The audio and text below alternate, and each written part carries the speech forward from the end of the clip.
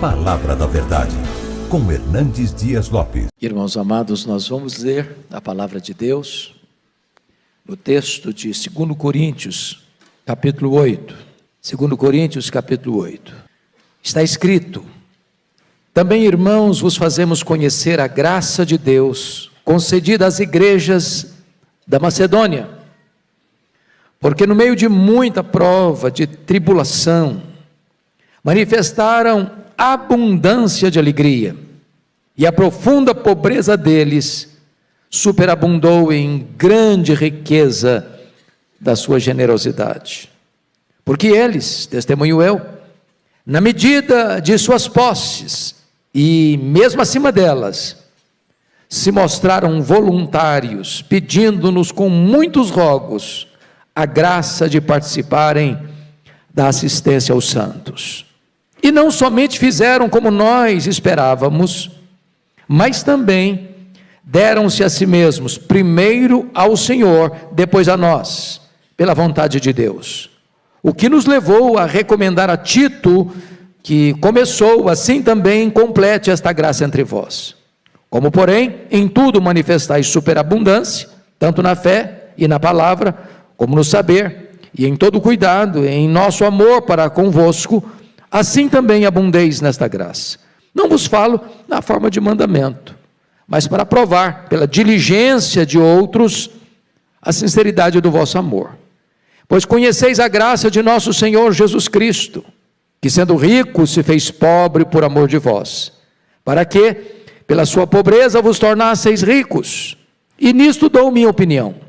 Pois a vós outros, que desde o ano passado principiastes não só a prática, mas também o querer, convém isto: completai agora a obra começada, para que, assim como revelastes prontidão no querer, assim a leveis a termo, segundo as vossas posses. Porque se há boa vontade, será aceita conforme que o homem tem, e não segundo o que ele não tem.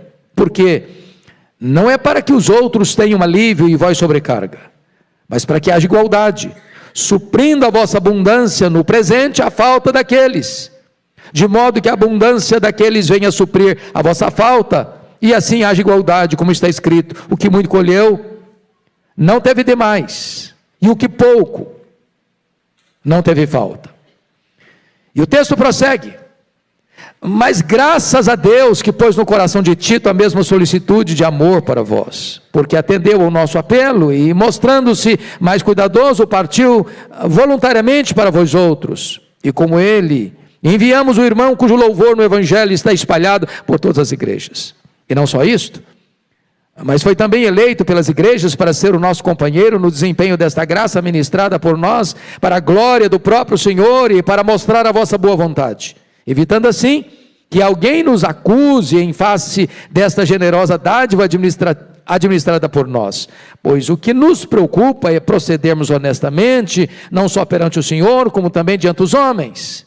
Com eles enviamos nosso irmão, cujo zelo, em muitas ocasiões e de muitos modos, temos experimentado. Agora, porém, se mostra ainda mais zeloso pela muita confiança em vós. Quanto a ti, é meu companheiro e cooperador convosco.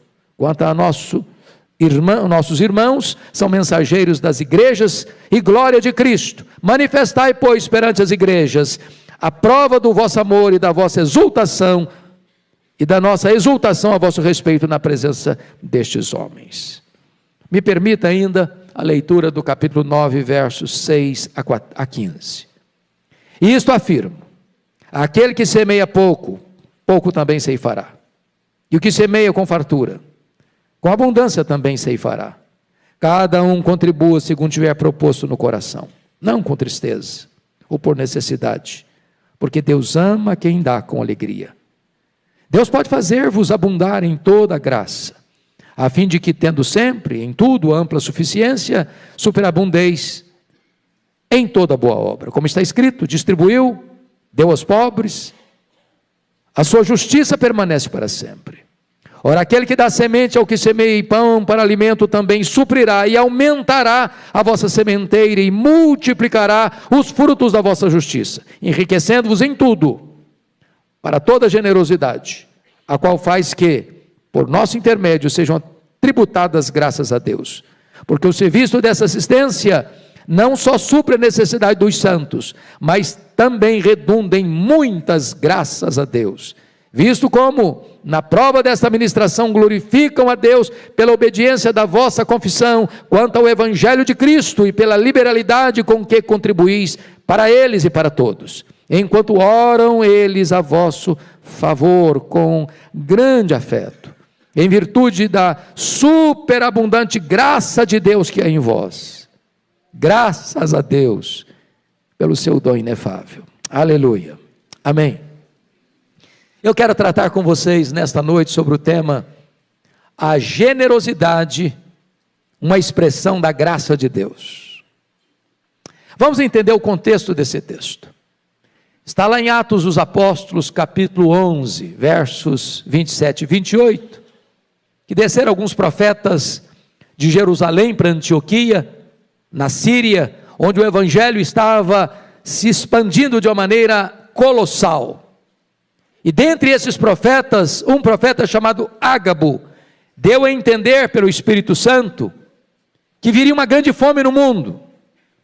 E esta fome alcançou o mundo de fato no governo do imperador Cláudio, que governou o Império Romano do ano 41 ao ano 54. De imediato, aqueles crentes da Síria resolveram ajudar os pobres lá da Judeia, e levantaram uma oferta, e enviaram aos presbíteros daquela igreja, por intermédio de Barnabé e de Paulo. Meus amados, ainda a Escritura diz em Atos 18, 2, que quando essa fome chegou no período de Cláudio, o imperador, ele expulsa de Roma os judeus, e esses judeus retornam para Israel, sem casas, sem terras, sem bens, sem condições de sobreviver. Então, diz a Escritura, que o apóstolo Paulo, ao ser enviado para os gentios, assume um compromisso com os colunas da igreja de Jerusalém, que ele iria para os gentios, mas ele não se esqueceria dos pobres. E então Paulo faz um grande levantamento de oferta para os pobres da Judeia, entre as igrejas gentílicas, da Galácia, da Macedônia, da Acaia e da Ásia Menor.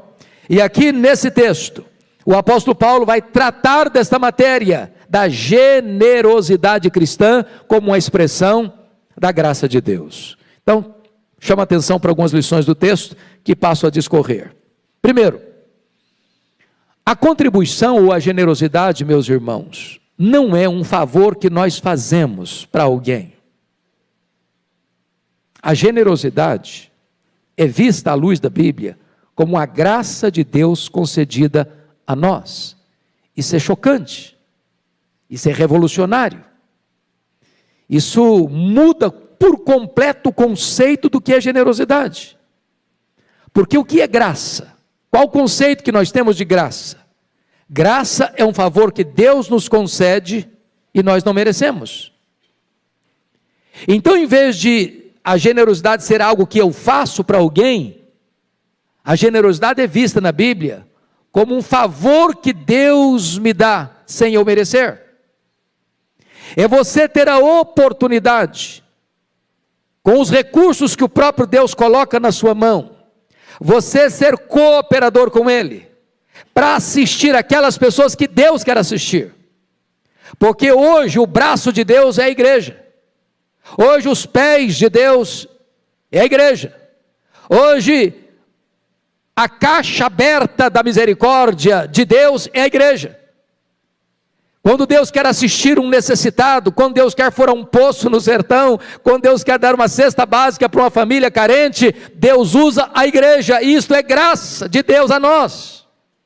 Confira comigo o versículo 1. Também, irmãos, vos fazemos conhecer a graça de Deus concedida às igrejas da Macedônia. E ele vai usar essa palavra graça no texto 6 vezes. Por exemplo, você vai ver no verso 4, pedindo-nos com muitos rogos a graça de participar da assistência aos santos.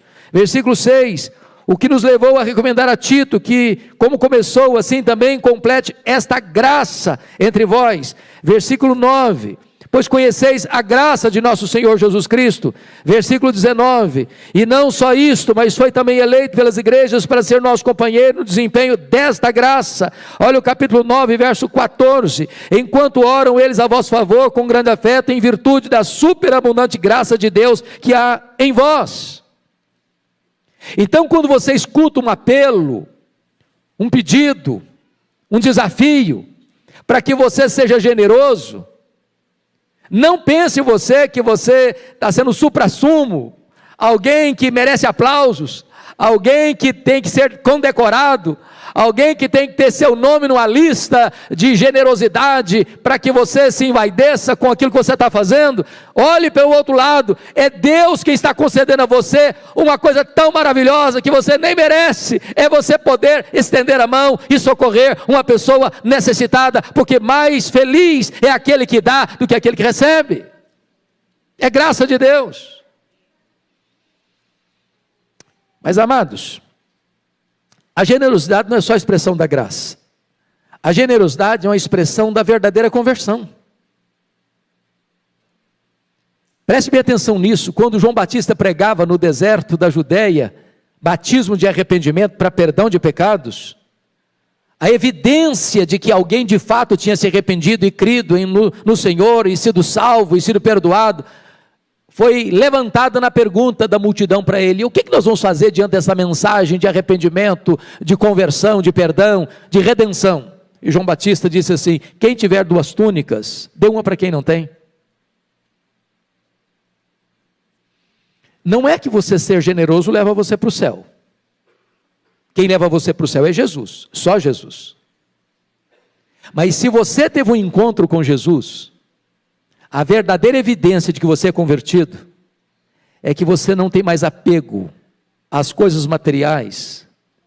Ao contrário, seu coração tornou-se um coração generoso. Você tem a alegria de repartir. E quando você é generoso, não significa que você está salvo por isso. Significa que isso é uma evidência de que você foi salvo pela graça, e demonstra isso através das suas obras. Mas há uma segunda verdade nesse texto que eu passo a destacar. A generosidade, irmãos, ela é paradoxal na sua ação. Vejam comigo, por favor, o versículo 2 desse texto. Porque no meio de muita prova de tribulação, manifestar a abundância de alegria, e a profunda pobreza deles superabundou em grande riqueza da sua generosidade. Vamos entender o que está acontecendo aqui. Primeiro, o paradoxo da tribulação e alegria. Alguém disse: ô pastor, eu até que gostaria de ser generoso, eu até que gostaria de ajudar alguém, eu até que gostaria de contribuir para um poço, eu até que gostaria de dar uma cesta básica, até gostaria de ajudar a comprar as casas, até gostaria de socorrer uma família necessitada, mas o senhor não imagina a tribulação que eu estou passando. Eu estou precisando de ajuda, estou precisando de colo, estou precisando de cafuné, estou precisando de que alguém me dê um abraço e diga: olha, você está precisando de carinho, você não tem condições agora de ajudar ninguém. Pois o texto está dizendo que aqueles irmãos estavam passando por uma grande tribulação, e apesar da grande tribulação, diz o texto, eles, no meio de muita prova de tribulação, manifestaram abundância de alegria. A alegria do cristão, irmão, não é ausência de problema, e não apenas presença de coisas boas. A alegria do cristão é Jesus, e se ele tem Jesus, no meio da luta, da prova, do vale, da dor, da enfermidade, das crises maiores da vida, ele está exultando de alegria. Isso é revolucionário, porque só Jesus produz isso. Então não é desculpa para eu não ser generoso.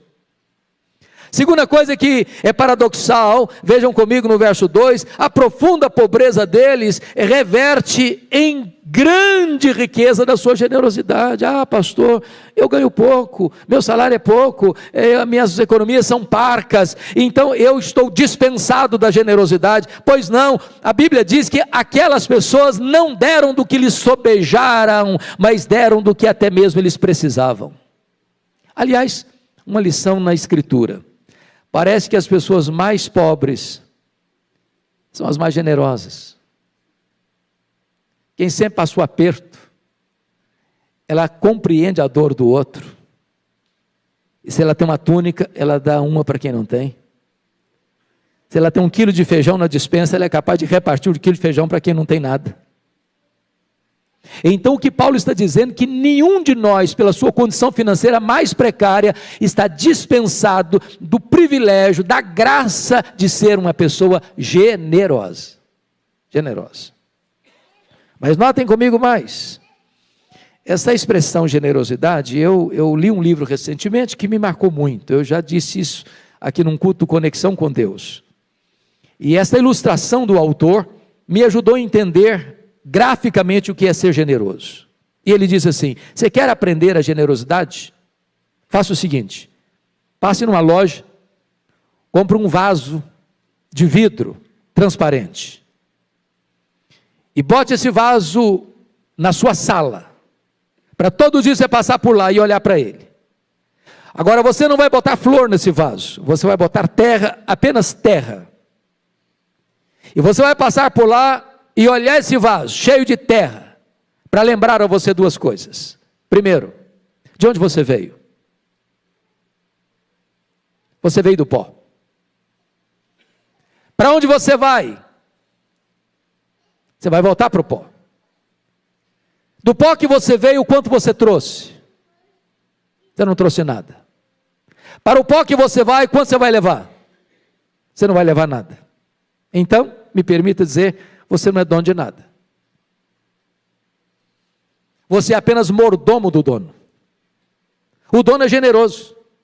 E a Bíblia diz que o que se requer do mordomo é que seja encontrado fiel. E a única maneira de você ser fiel com o que é do dono, que é generoso, é sendo generoso com o que é do dono.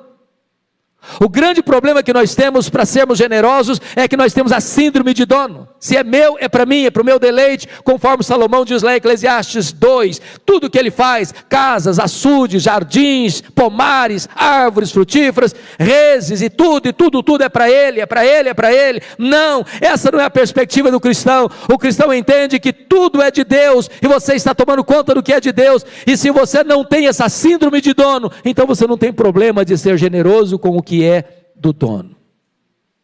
Mas mais, vejam vocês que a generosidade implica na transcendência da contribuição. Se não, vejamos. Primeiro, olha comigo o versículo 3, a disposição voluntária de dar além do esperado. Veja aí, porque eles testemunhando eu, na medida de suas posses, e mesmo acima delas, se mostraram voluntários. Não é uma questão de ser pressionado, de ser constrangido.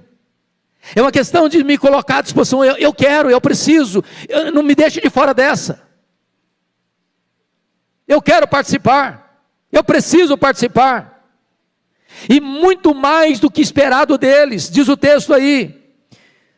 Acima ou na medida de suas posses, mesmo acima delas se mostraram voluntários. É gente que surpreende, é gente que transcende.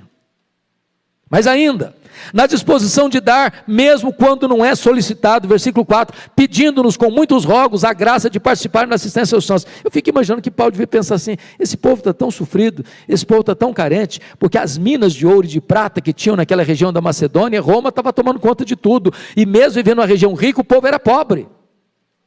E aí eles chegam para Paulo, antes de Paulo fazer o desafio para eles: ô Paulo, você está fazendo esse levantamento de oferta para os pobres da Judéia, olha Paulo, não deixa a gente fora, conte com a gente, nós estamos juntos, nós não podemos ser deixados de fora desse grande projeto de assistir os necessitados. Notem vocês que eles deram mais do que o esperado e acima das suas posses. Mas em terceiro lugar, na disposição de dar a própria vida e não apenas dinheiro. Olha o versículo 5. E não somente fizeram como nós esperávamos, mas também deram-se a si mesmos, primeiro ao Senhor, depois a nós, pela vontade de Deus. Meus irmãos, uma coisa é alguém dar dinheiro. Eu estava num congresso, há um tempo atrás, pastor Arival, era um congresso dos Gideões Internacionais. E um irmão estava dando testemunho que numa convenção internacional dos Gideões, na cidade de Nova York, levantou-se um empresário e depositou na salva da oferta $1 milhão. É uma oferta expressiva. Mas pode ser que dar um cheque de $1 milhão pode custar muito pouco para essa pessoa. A questão não é quanto de dinheiro eu oferto, mas quanto do meu coração eu ponho. O reino de Deus não lida apenas com dinheiro. O reino de Deus lida com gente. E a igreja de Deus não veio para explorar as pessoas, a igreja de Deus veio para servir as pessoas. E quando a igreja de Deus veio para servir as pessoas, primeiro ela se doa, primeiro ao Senhor, depois uns aos outros para servi-los. Esta é a comunidade do amor, esta é a comunidade que tem comunhão, esta é a comunidade que chora com os que choram, se alegra com os que se alegram e tem a mão aberta para socorrer os necessitados. Gene Elliott disse certa feita: não é tolo aquele que dá o que não pode reter, para ganhar o que não pode perder. Essa é a expressão da generosidade da igreja. Mas me permita uma outra colocação nesse texto. A generosidade implica numa contribuição progressiva na sua prática. Porque às vezes, meus irmãos, pode nos dar um surto de generosidade, num dado momento, numa necessidade pontual. E aí todo mundo se mobiliza, daqui a pouquinho, perde o entusiasmo, esquece, cada um vai cuidar da sua vida, ninguém mais quer saber do que o outro está passando, e veja o que está acontecendo aqui. Versículo 6, um bom começo não é garantia de progresso. O que nos levou a recomendar a Tito que, como começou, assim também complete esta graça entre vós. O que aconteceu? Quando Paulo esteve lá em Corinto, ele desafiou a igreja. E a igreja disse: não, Paulo, estamos juntos. E o povo começou a ficar animado, e o povo começou a contribuir. Mas aí Paulo saiu de Corinto e foi lá para Éfeso. E aí a igreja foi começando a arrefecer o ânimo, aí já não contribuía mais, aí já estava com a mão fechada, aí o bolso já estava fechado, e aí o coração já não se movia mais, e aí Paulo precisa mandar Tito para lá, falou: Tito, vai lá, move o coração daqui de novo, fala de novo, encoraja de novo, exorta de novo, porque você não ajuda o povo apenas com boa intenção. Eu tenho um colega de turma, que sendo missionário fora do Brasil, ele conta uma história até engraçada, não sei se de fato foi bem assim não, mas é engraçado. Ele disse que tinha um irmão bem aquinhoado financeiramente na igreja, onde ele é pastor, e esse irmão dizia para ele: olha, aqui tem uma churrascaria, que é a melhor da cidade, um dia eu vou levar você lá. Aí o pastor perguntou: mas quando? Not today, not tomorrow, but one day. Não hoje, não amanhã, mas um dia. E ele ficou lá vários anos, e esse irmão nunca levou o pastor na churrascaria. Já pensou um negócio desse? Ninguém enche a barriga de ninguém com promessas. Ninguém socorre ninguém com boa intenção. Tem que ser além da boa intenção de fazer, de fazer. Era isso que estava precisando na igreja de Corinto. Eles tinham intenção de fazer, mas não estavam fazendo. Outra coisa importante, veja comigo o verso 7. Progresso em outras áreas não é garantia de crescimento na generosidade, não. Está escrito aqui: como, porém, em tudo manifestais superabundância, tanto na fé, como na palavra, como no saber, e em todo cuidado, e em nosso amor para convosco, assim também abundância essa graça. O que é que Paulo está dizendo? Olha, vocês são maravilhosos nessa área, naquela outra área, vocês são maravilhosos. Olha, gente, vocês estão crescendo na fé, vocês estão crescendo na palavra, vocês estão crescendo no saber, no conhecimento, vocês estão crescendo no cuidado e tal, mas vocês precisam melhorar nessa área da generosidade. Irmãos, tem crente que sabe tanto que você sente assim um pigmeu na presença dele. O cara sabe muito, é um teólogo, ele conhece tudo, conhece a história da igreja, conhece as correntes teológicas, conhece os teólogos, conhece tudo, mas o cara tem uma jararaca no bolso. O cara é pão duro, mão de vaca. Tem outras pessoas que têm uma fé assim quase que sobrenatural, mas na hora de um apelo para socorrer o necessitado, ele encolhe a mão.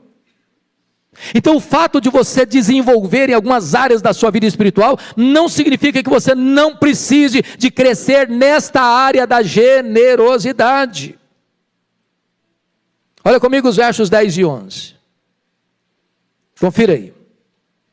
E nisso dou minha opinião, pois a vós outros, que desde o ano passado principiastes não só a prática, mas também o querer, convém isto, completai agora a obra começada, para que assim como revelastes prontidão no querer, assim a leveis a termo, segundo as vossas posses. O que significa isso? Não se assiste os necessitados apenas com boas intenções, com promessas. Bom, mas vamos adiante no texto, porque tem algo sublime aqui. A generosidade, irmãos, é expressão, é resultado do máximo exemplo de generosidade, que é o exemplo de Cristo. Veja comigo, por favor, os versos 8 e 9 do nosso texto. Veja aí comigo. Não vos falo na forma de mandamento, mas para provar pela diligência de outros a sinceridade do vosso amor, pois conheceis a graça de nosso Senhor Jesus Cristo, que sendo rico se fez pobre por amor de vós, para que pela sua pobreza vos tornasseis ricos. E eu pergunto a você, quão rico o Senhor Jesus, o Cristo pré-encarnado, era? Aquele que é um com Deus, da mesma essência de Deus, da mesma natureza de Deus. Quão rico ele era? Criador do universo, sustentador do universo, dono do ouro e da prata. Tudo que existe é dele, tudo pertence a ele. Ele é o herdeiro de Deus. E diz a Escritura que ele a si mesmo se esvaziou, e ele assumiu a forma de servo, e ele entrou na nossa história, e ele não tinha onde reclinar a cabeça. Ele nasceu num coxo de animal, foi depositado num coxo de animal, manjedoura e mangiare, onde os animais comem. Foi envolto em panos, e nem num berço rude colocaram num coxo onde os animais comiam. Trabalhou a vida inteira numa carpintaria, com as mãos calejadas. Ele não tinha sequer onde reclinar sua cabeça. Precisou de um animal emprestado para entrar em Jerusalém, precisou de um túmulo emprestado para ser sepultado. Ele se fez pobre, para que por meio da sua pobreza, você e eu nos tornássemos ricos, porque ele veio, ele se esvaziou, ele assumiu a forma de servo, ele se humilhou até a morte, e morte de cruz, para que ressuscitando, selasse a nossa redenção, e pudesse nos dar a bênção de sermos herdeiros de Deus, e co-herdeiros com Cristo, e tudo que o Pai tem, pertence à sua igreja. Você é rico, riquíssimo. E aí você que está em Cristo, irmão, não pode, olhando para o exemplo de Cristo, fechar a mão, o coração, o bolso, a casa, sem demonstrar generosidade. Mas notem mais. Notem mais. A contribuição cristã, a generosidade, ela traz ricas bênçãos para nós. E a primeira coisa que o texto vai nos informar, e agora eu gostaria que você fosse comigo para o capítulo 9, é que aqueles que são generosos são abençoados. Olha o versículo 6, e isto afirmo, aquele que semeia pouco, pouco também ceifará, e o que semeia com fartura, com abundância também ceifará. Às vezes esse texto é usado hoje por alguns espertalhões da fé, por alguns camelôs da fé, para fazer uma falsa propaganda de barganha com Deus, de troca com Deus, e de querer arrecadar dinheiro de maneira às vezes inescrupulosa, para dizer, não, você tem que dar 10 para você receber 1.000, se você der uma oferta de 900, você ganha 100 mil, e aí o cara fala, esse troço é bom, investir nesse banco celestial dá dinheiro aqui, eu quero ser rico, então deixa eu ofertar para eu ser rico. Na motivação está errada, não é barganha não, mas o princípio é verdadeiro. Foi lido aqui hoje, se você retém mais do que é justo, isso é pura perda, mas a alma generosa prosperará. Quando você dá ao pobre, você empresta a Deus. E eu não sei, meu irmão, minha irmã, e eu quero hoje fazer um desafio para você. Eu não sei qual é a sua experiência na área de generosidade, eu não sei, mas hoje, quem sabe Deus ponha no seu coração o propósito. Meu Deus, eu quero começar a ter experiência nessa área, eu preciso crescer nessa área. Eu estou crescendo no conhecimento da Bíblia, eu estou crescendo no conhecimento da oração, eu estou crescendo no conhecimento teológico, eu estou crescendo em outras áreas da minha vida espiritual, mas a minha esta área está atrofiada, raquítica. Meu Deus, eu quero ter experiência. Comece hoje. Hoje, toma uma decisão, Senhor, eu vou ter um ato de generosidade. Quem sabe, meu irmão, conforme foi dito aqui, nós estamos com 91 postos, é hoje que vai passar de 100. É hoje que vai passar de 100. É hoje que você pode dizer, meu Deus, quem é da minha família, quem é de alguém que é da igreja, quem é que eu conheço, que está precisando de um socorro, de uma ajuda, de uma oferta específica. Eu nunca me esqueci de um presbítero amigo que disse algo para mim fantástico. Eu disse o seguinte: tem pai, tem mãe, que tem dinheiro, que tem recursos, que tem sobra, e os filhos estão vivendo numa magrela, passando aperto, dificuldade. Ele é incapaz de ajudar o filho. Aí morre e deixa tudo de herança. Tudo de herança. Oh, isso não é vantagem, não. Deixar a herança para os filhos é lei. Você tem que ajudar quando a pessoa está precisando. Estender a mão quando a pessoa está precisando. A generosidade é a marca de um cristão. Ele tem o coração aberto, ele tem a mão aberta, ele tem o bolso aberto, ele tem a casa aberta. E se você semear mais, você vai colher mais. Se você semear menos, você vai colher menos. É uma lei universal. Mas em segundo lugar, veja você no verso 7, 9 e 7. Cada um contribua segundo tiver proposto no coração, não com tristeza ou por necessidade, porque Deus ama quem dá com alegria. Tem muita gente que pega esse texto aqui para aplicar para o dízimo. E se equivoca. Não, pastor, eu não sou dizimista não, porque eu quero seguir a Bíblia. A Bíblia diz que cada um contribui segundo tiver proposto no coração. Então, eu não estou propondo nada, então não vou entregar nada.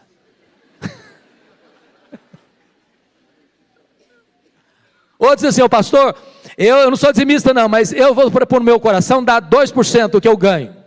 É o que a Bíblia está ensinando. Proposto no coração, eu propus 2%, eu vou dar 2%. Bom, gente, vamos entender uma coisa muito importante aqui. Esse texto não está falando de dízimo, tá?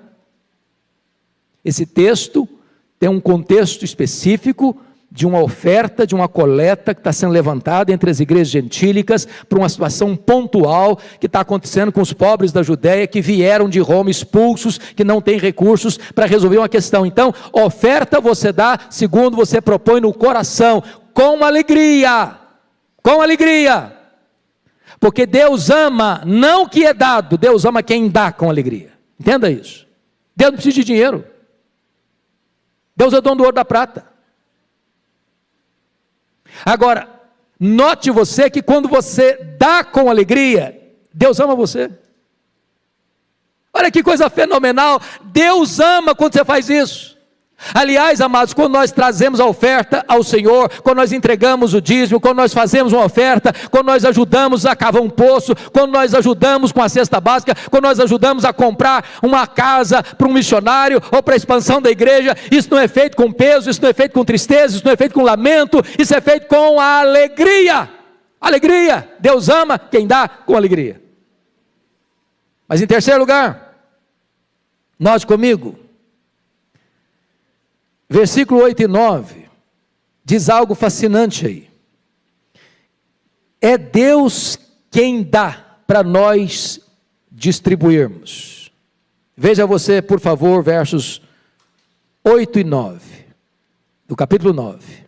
Deus pode fazer-vos abundar em toda graça, a fim de que, tendo sempre, em tudo, ampla suficiência, superabundeis em toda boa obra, como está escrito: distribuiu, deu aos pobres, a sua justiça permanece para sempre. Ora, aquele que dá semente ao que semeia e pão para alimento, também suprirá e aumentará a vossa sementeira e multiplicará os frutos da vossa justiça. O que Deus está dizendo aqui?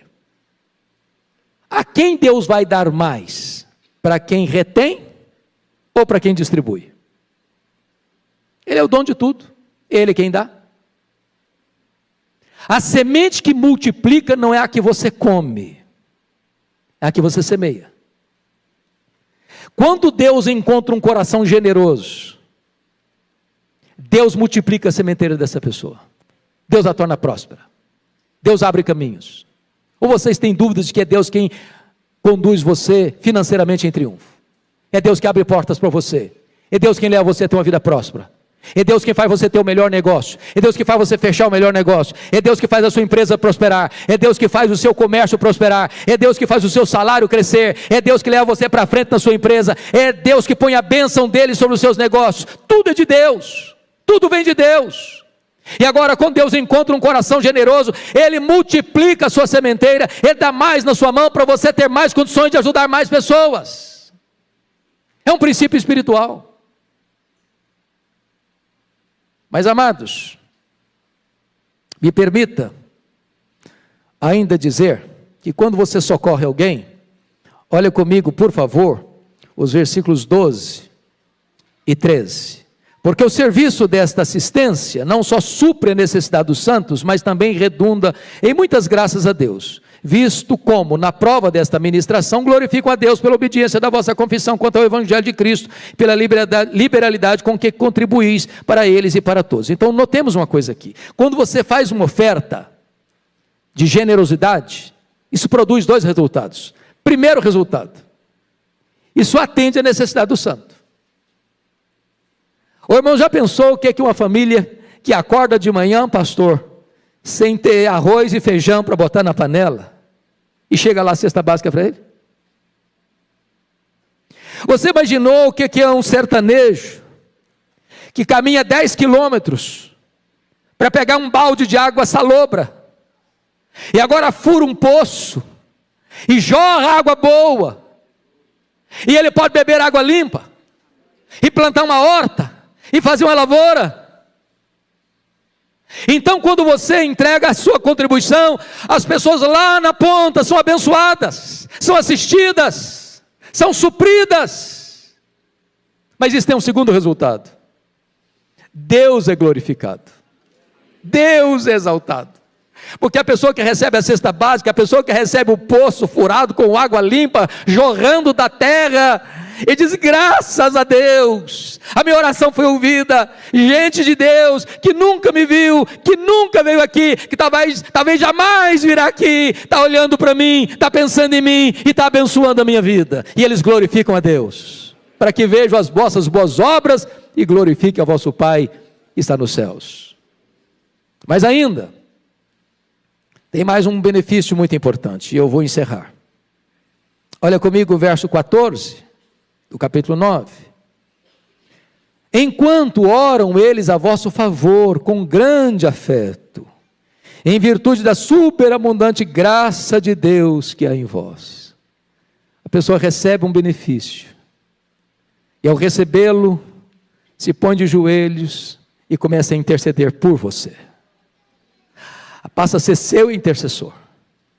E pode ter certeza disso, as pessoas generosas têm um exército de gente orando por elas, que foram alcançadas pelo seu braço estendido de misericórdia e de bondade.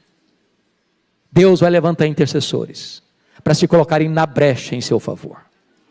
Mas se você acha que você sendo generoso está dando muito, Paulo termina esse texto no último versículo dizendo: graças a Deus pelo seu dom inefável.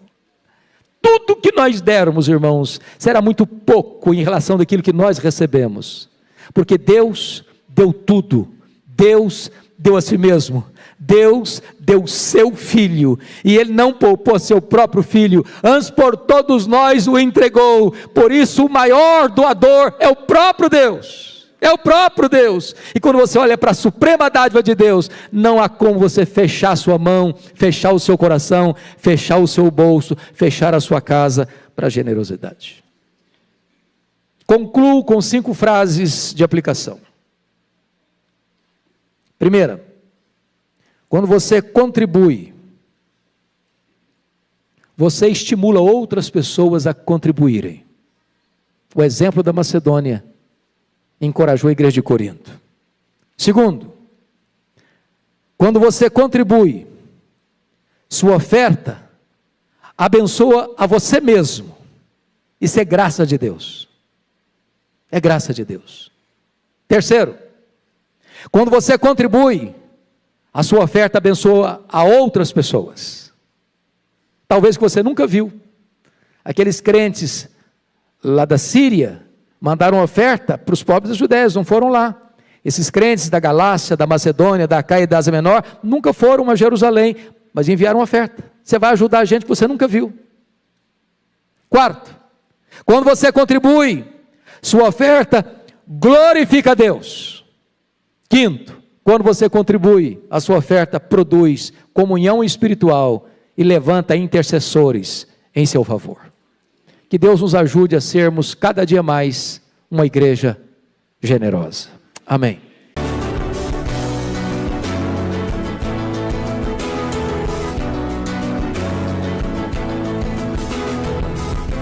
Palavra da Verdade, com Hernandes Dias Lopes.